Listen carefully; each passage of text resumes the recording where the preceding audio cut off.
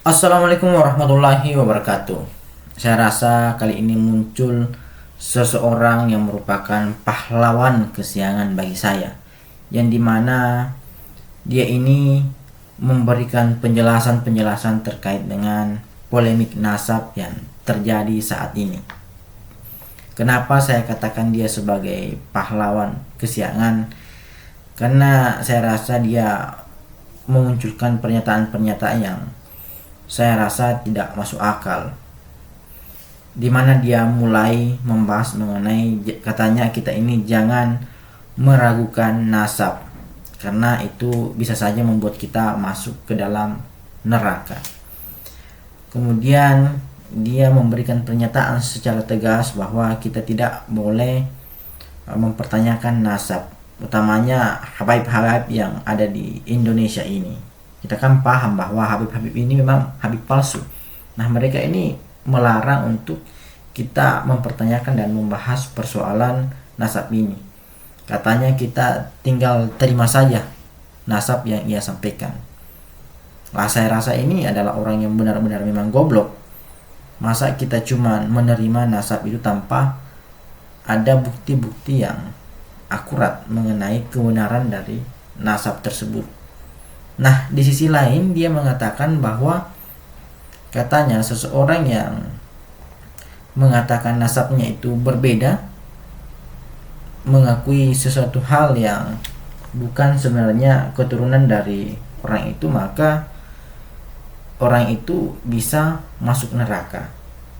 Di sisi lain dia mengatakan bahwa kita harus mengakui nasab tersebut, utamanya nasab-nasab klan Ba'alwi di Indonesia. Itu berarti secara tidak langsung ia mengajarkan masyarakat pribumi Indonesia untuk menjadi pengikut-pengikut calon penghuni neraka.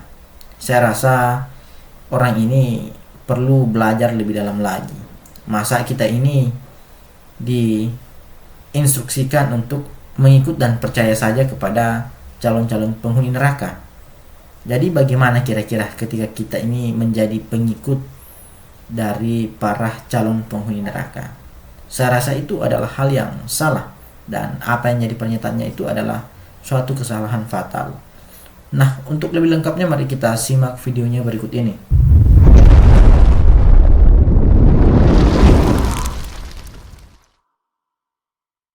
Wabarakatuh. Ya syabab, insyaAllah hari ini Al-Faqir Muhammad Al-Fuli akan membahas sebuah topik yang sensitif, ya, topik habaib di Indonesia. Apakah di negeri kita tercinta ini Indonesia ada habaib yang palsu? Memang ada yang namanya habaib palsu, dan bagaimana caranya menentukan ini habib asli dan ini habib palsu, dan bagaimana harus sikap kita terhadap habib yang palsu maupun habib yang asli.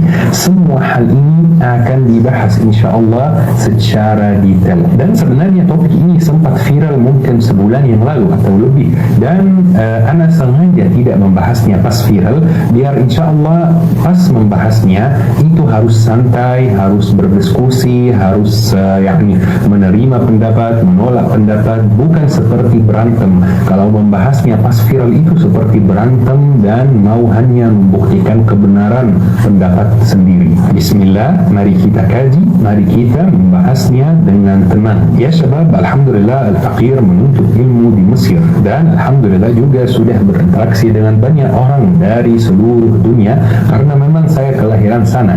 Dan ada satu hal yang sangat unik di Mesir, saya hari ini ceritakan teman-teman, kalau ada yang ke Mesir bisa praktekkan dan coba sendiri. Dan hal ini bukan hanya di Mesir tetapi di hampir semua negara Arab. Pergi misalnya ke negara seperti Yaman, dan jalan seperti biasa, jalan kaki, kemudian pas ketemu anak kecil yang umurnya mungkin 8 tahun, 9 tahun, 10 tahun, tanya dia, "Ish aslak, ya, kamu asli mana? Kamu dari suku apa? Kamu dari keturunan apa?" Antum bakal terkejut dengan jawabannya.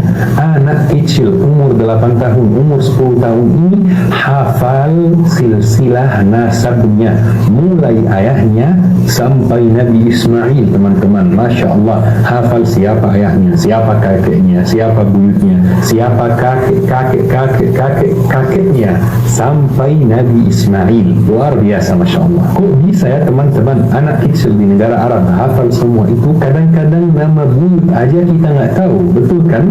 Dan ini sebenarnya hal yang sangat wajar karena ada tradisi di negara Arab Saudi, Yaman maupun Mesir yang namanya ilmu ansab, ilmu nasab.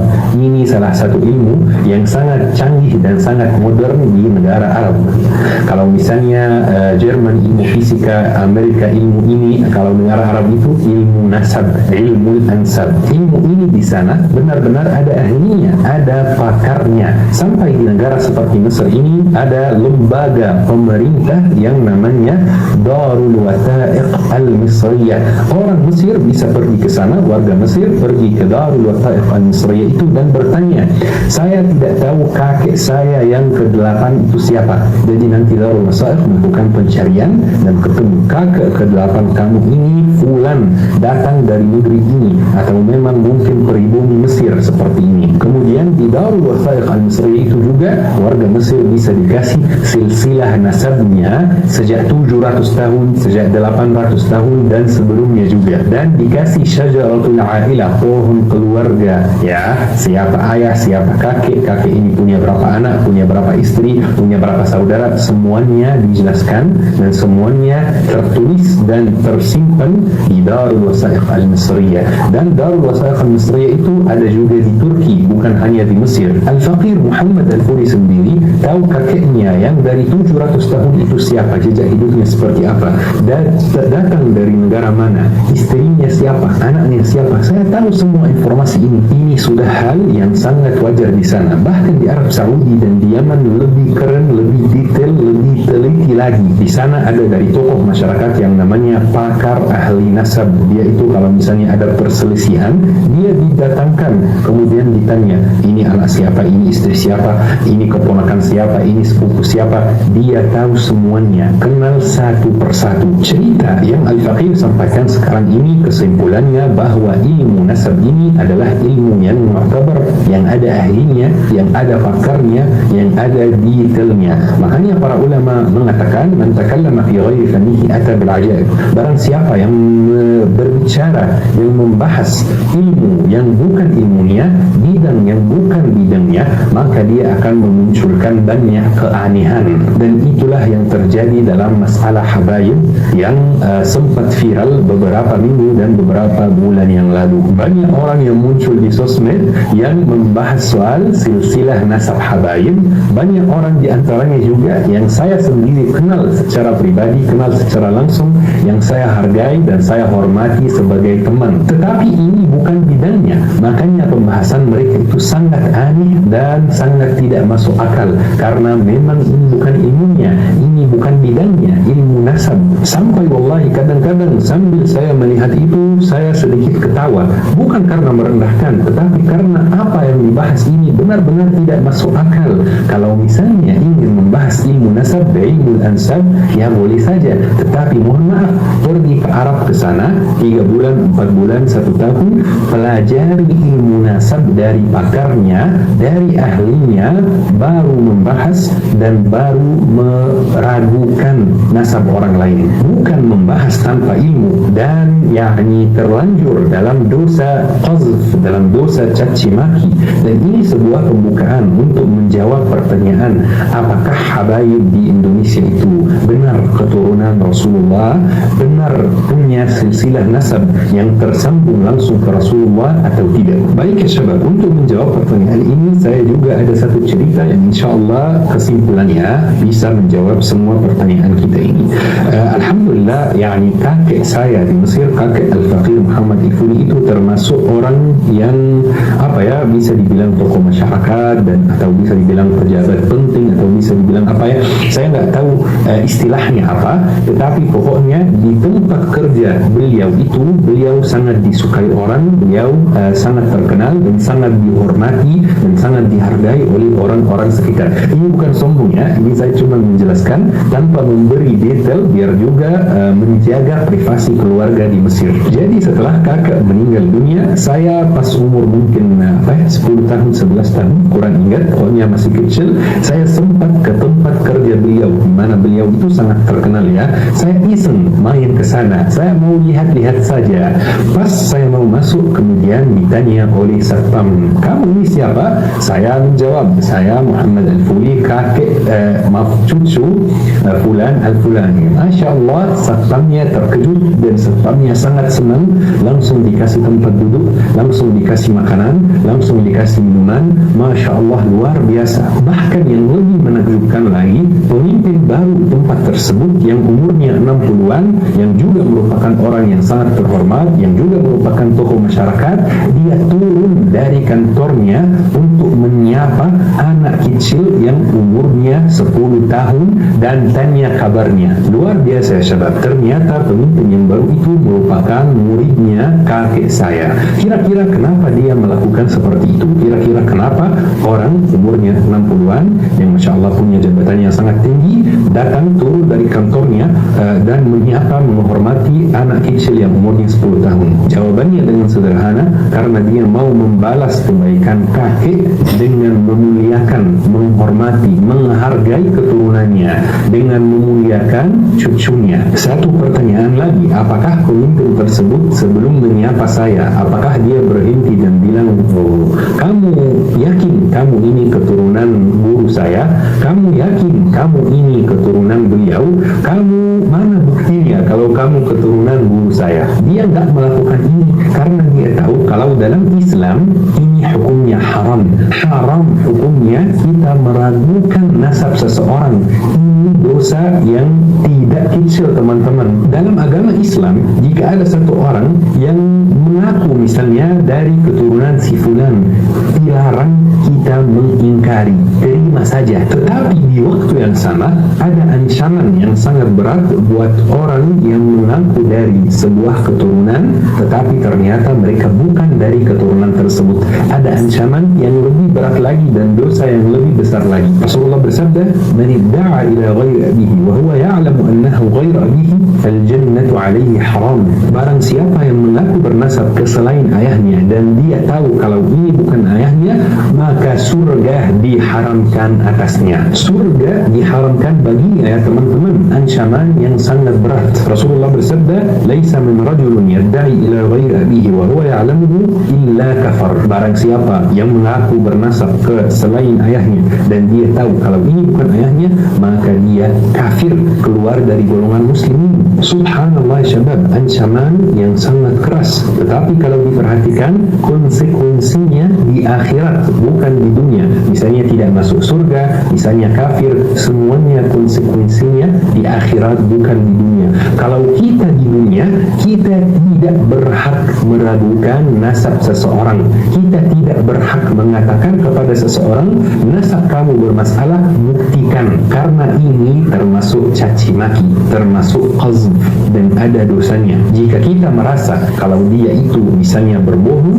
tinggal diam saja, terima saja. Sudah, nanti di akhirat semuanya akan jelas. Mungkin ada yang akan bertanya, berarti Ustaz, kita tidak boleh menanyakan nasab habaib di Indonesia, betul kan? Jawabannya, menurut saya, menurut Al-Faqir, tidak boleh dan tidak penting dan tidak bermanfaat jika kita menanyakan nasab siapapun. Tetapi untuk mengantisipasi masalah tersebut, keturunan Rasulullah di setiap negara yang mereka kunjungi, mereka mendirikan lembaga, yayasan untuk memverifikasi, untuk mengecek nasab silsilah setiap orang yang mengaku kalau dia dari keturunan Rasulullah SAW. Setiap orang yang mengaku hal tersebut dicek oleh yayasan yang mereka dirikan itu. Kira-kira dia benar, jujur atau bohong. Kalau di Mesir misalnya namanya Niqabatul Ashraf. Kalau ada yang keturunan Rasulullah, pasti dia punya karne, punya kartu dari Niqabatul Ashraf tersebut yang isinya